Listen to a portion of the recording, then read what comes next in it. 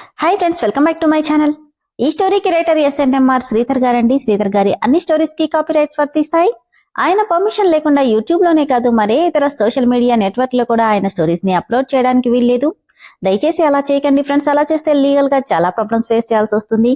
అలానే ఈ స్టోరీస్ చదువుతున్న వాళ్ళైనా వింటున్న వాళ్ళైనా మీరు మరే ఛానల్లోనైనా శ్రీధర్ గారి స్టోరీస్ ని చూసినట్లయితే వెంటనే నాకు కామెంట్ బాక్స్ లో మెసేజ్ చేయండి. ఇది పూర్తిగా రైటర్ శ్రీధర్ గారి ఛానల్ అండి. కేవలం ఆయన స్టోరీస్ మాత్రమే ఇందులో ఉంటాయి. కానీ కొంతమంది పేర్లు మార్చి వేరే ఛానల్స్ లో ఆయన స్టోరీస్ ని అప్లోడ్ చేస్తున్నారు. మీరలా చూసినట్లయితే నాకు ఇమ్మీడియట్ గా మెసేజ్ చేయండి. ఇక లేట్ చేయకుండా వీడియోలోకి వెళ్ళిపోదాం ఫ్రెండ్స్. ఎస్ఎన్ఎంఆర్ శ్రీధర్ గారు రాసినటువంటి మనోభిరాముడు 92వ భాగం. అభి గుండెల మీద ఆదమరిచి నిద్రపోతున్న మనుని జోకొడుతున్న అభికి రాత్రంతా నిద్ర లేకపోవడంతో మగతగా నిద్ర పట్టేసింది. కాని నిద్దట్లో కూడా మను భుజం చుట్టూ ఉన్న చేతిని తీయనేలేదు. ఎప్పట్లా తెల్లవారుజామునే లేచే అలవాటున్న అభికి నిద్రపోయిందే 5ంటికి అవ్వడంతో ఎప్పుడో 10ంటి వరకు మెలకువే రాలేదు. నిద్ర ముంచుకొస్తుంటే అతి కష్టంగా కళ్ళు తెరుస్తున్నా తన వల్ల కానట్టే కళ్ళు మూసుకుపోతున్నాయి. విసుగ్గా చెయ్యి పక్కకి జరపబోయి గుండెల మీదేదో బరువుగా ఉండటంతో బద్ధకంగా కళ్ళు తెరిచిన అభికి పూర్తిగా తన మీద పడుకుని ప్రశాంతంగా నిద్రపోతున్న మనుని చూడగాని పెదవులు విల్లులా విచ్చుకున్నాయి. రాత్రి గుండెల మీద పడుకున్న తను నిద్దట్లో పూర్తిగా తన మీదకొచ్చేసిందని అర్థమై నవ్వుకుని పూర్తిగా ముఖం మీద పడిన వెంట్రుకలని నెమ్మదిగా పక్కకి జరిపాడు. నిద్రముఖంలో కూడా అప్పుడే విచ్చిన కలువ పువ్వంత స్వచ్ఛంగా కనిపిస్తుంటే తన్మయత్వంతో కొద్దిగా ముందుకి బెండై నుదుటి మీద ముద్దు పెట్టుకున్నాడు. నైట్ తనతో పసిపిల్లల ఆడిపాడి చేసిన అల్లరి గుర్తు చేసుకుంటూ నెమ్మదిగా తనని పక్కకి జరిపి పడుకోబెట్టాడు. పక్కకి చెదిరిపోయిన పైట మోకాళ్ల దాకా స్థానభ్రంశం చెందిన చీరని నీటుగా సెట్ చేసి మోచేతి మీద పడుకుని తననే తదేకంగా చూస్తున్నాడు. ఆ చూపులు తనని గుచ్చుకుంటున్నట్టే అనిపించి నిద్దట్లో సైతం అలజడిగా అనిపించి కదులుతుంటే తన ఫేస్ మీద ఉఫ్ఫుమంటూ ఊదబోగానే మళ్ళీ పీస్ఫుల్గా నిద్రపోయింది మను. అప్పటికే టైం 10 అవడంతో తన మెడ వరకు బెడ్షీట్ కప్పి ఫ్రెష్ అవ్వడానికి వెళ్ళిపోయాడు. హాల్లోనే కూర్చొనున్న గాయత్రికి విష్ చేసి, ఏంటి మామ్ ఇంకా ఆఫీస్కి వెళ్ళలేదు అంటే అప్పుడే పూజ గదిలో నుండి వస్తున్న అరుంధతమ్మ ముసమిసగా నవ్వుకుంటుంది. ఎందుకలా నవ్వుకుంటున్నారు? పెళ్ళాం మత్తులో పడి నువ్వు ఆదివారం కూడా ఆఫీస్ అంటుంటే నవ్వక ఏం చేయమంటావురా మనవడా? ఓ షిట్, అవును కదా, మర్చిపోయాను మామ్. ఎలా గుర్తుంటుందిలే, రోజంతా మీ ఆవిడ కొంగు పట్టుకుని తిరగడానికి టైం సరిపోతుంది. ఇక టైం ఎక్కడుంది నీకు? ముసలి, నువ్వు కాసేపు నోరు మూసుకుంటావా? సందు దొరికిందంటే వాయించేస్తావు అంటూనే సోఫాలో కూర్చొని మొబైల్ చూస్తున్నాడు. ఎప్పుడూ ఎర్లీగా లేస్తావు కదా అభి, ఈరోజేంటి ఇంత లేటుగా లేచావని అడిగింది గాయత్రి. ఏం లేదు మామ్, నైట్ వర్క్ చేసుకుంటూ టైం చూసుకోలేదు. అవునవును, మొగుడు పిల్లాలు చాలా కష్టపడ్డట్టున్నారు. అందుకే ఇద్దరు ఆదమర్చి నిద్రపోయినట్టున్నారు. ఒళ్ళు నొప్పులేమైనా ఉన్నాయా నాయనా అని అరుంధతమ్మ వెటకారంగా అడిగితే, ముసలి, నీకు డబుల్ మీనింగ్ డైలాగులు ఎక్కువయ్యాయి. ఇంతలో మెయిడ్ గ్రీన్ టీ తెచ్చిచ్చింది. దాన్ని కాస్త తాగి ఏంటిలా ఉంది? అది చేసింది మీ ఆవిడ కాదు కాబట్టి అలా ఉంది అని గాయత్రి అంటే, మా నువ్వు కూడా ఏంటి? ఇంతలో మను పైనుండి వస్తుండడంతో, అదిగో మీ ఆవిడొస్తుంది, తనతోనే చేయించుకో.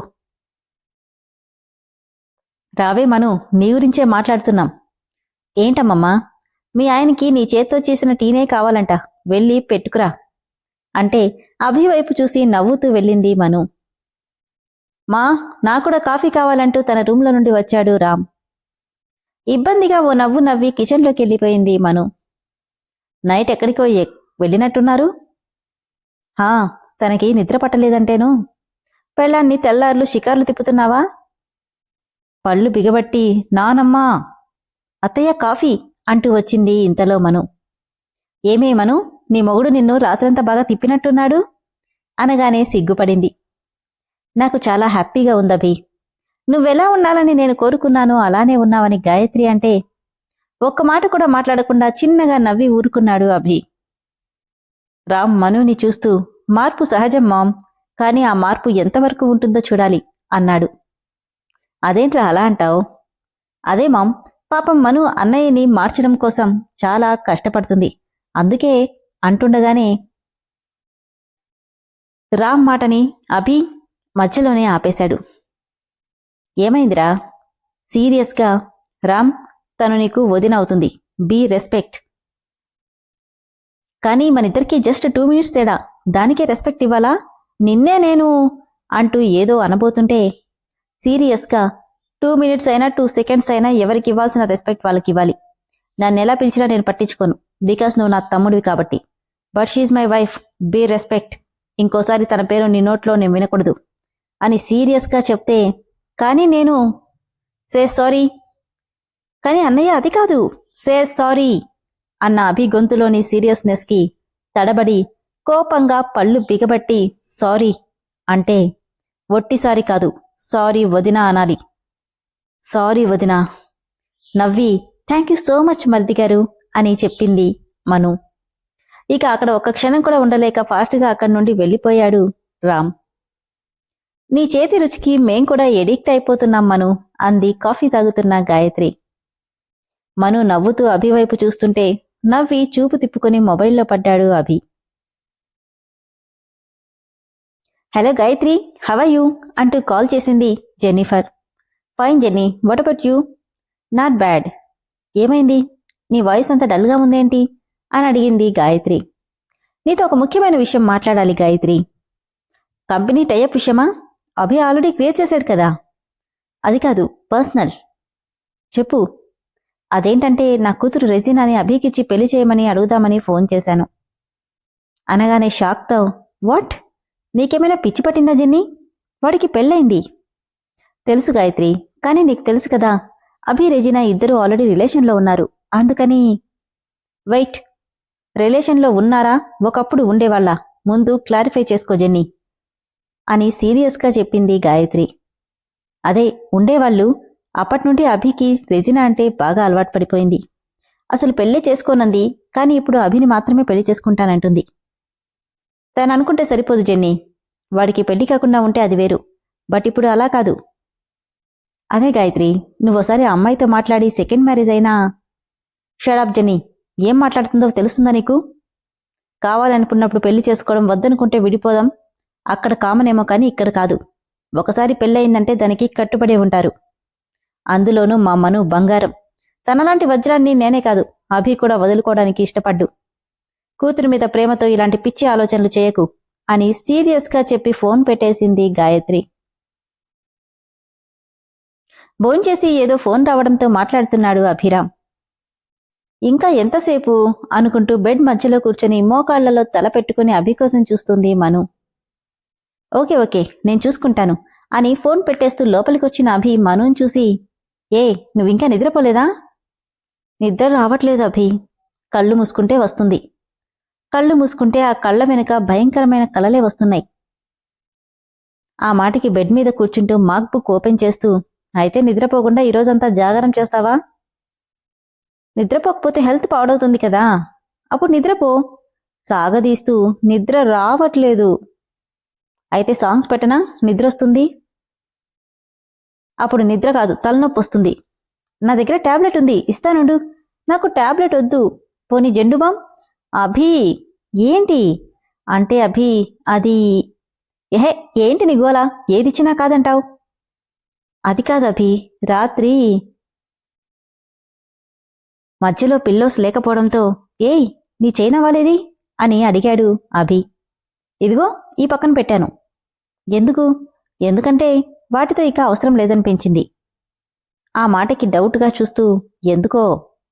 ఎందుకంటే అవి లేకపోతే మా ఆయన నన్ను తన గుండెల మీద పడుకోబెట్టుకుంటాడు. అప్పుడు హాయిగా నిద్రొస్తుంది. చ అంతలేదు. నిన్నంటే ఏదో భయపడి ఏడుస్తున్నావని సైలెంట్గా ఉన్నా. నోరు మూసుకొని పడుకో. నేనిక్కడ పడుకోను, అక్కడే నచ్చింది. ఏయ్ గోల్ చేయకుండా నిద్రపో అని చెప్పి తన వర్క్ స్టార్ట్ చేశాడు. ఆ పేరుకు తగ్గట్టే మాయలోడు. ఏది ఓపెన్ అవ్వడు. నోరు తెరిచి అడుగుతున్నా కదా, అందుకే లోకువైపోతున్నా. ఇక నీతో మాట్లాడడం చూడు. తిట్టుకుంది చాలే గాని బాగా లేట్ అయింది, నిద్రపో అని గదమడంతో ముఖం తిప్పుకొని అటువైపు తిరిగి పడుకోగానే తనని చూసి నవ్వుతూ, నీ చైనా వాళ్ళు మర్చిపోయినట్టున్నావు. కోపంగా పైకి లేచి, మర్చిపోలేదు, దాన్ని చైనా పంపించాను.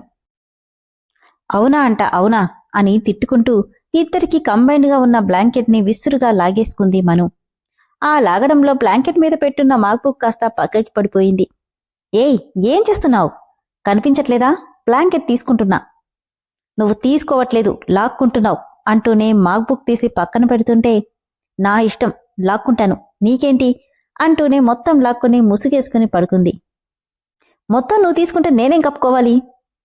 బ్లాంకెట్ నుండి తల బయటకు పెట్టి, తమరు స్టోన్ కదా, స్టోన్కి చలి పెట్టదు, కాబట్టి హ్యాపీగా నిద్రపో, ఇది నాది అంటూ అభి దగ్గరున్న కొద్దిగా బెడ్షీట్ కుట విసురుగా లాక్కొని మొత్తం కప్పుకుంది. ఒక్క ఉదుటున బెడ్షీట్ లాగేసుకుని, ఏంటే నీది, ఇది నాది, పోయి ఇంకోటి తెచ్చుకో అన్నాడు అభి.